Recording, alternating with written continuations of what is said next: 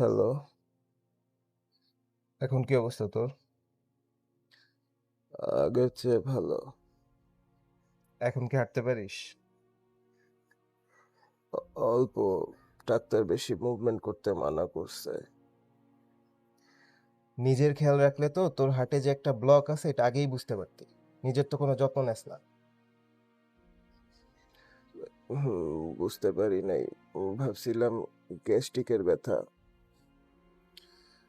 হঠাৎ যখন শুনছি তুই অনেক অসুস্থ হয়ে পড়ছিস, তোর জ্ঞান নাই, পালস পাওয়া যাইতেছে না, তোকে লাইফ সাপোর্টে রাখা হয়েছে, তখন যে মানসিকভাবে কতটা ভেঙে পড়ছিলাম এটা তোর এখন বুঝাইতে পারবো না।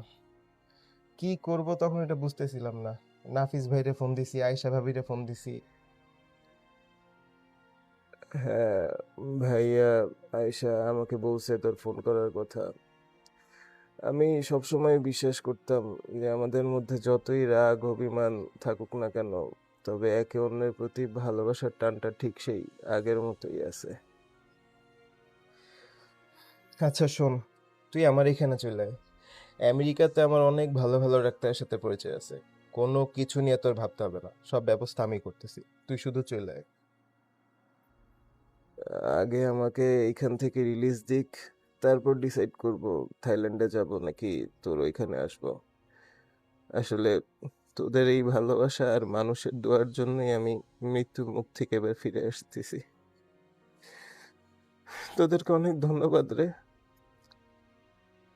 কিসের ধন্যবাদ? বেস্ট ফ্রেন্ড হিসেবে তো তেমন কিছুই করতে পারলাম না, তোকে দেখতে আসতেও পারলাম না। যাই হোক,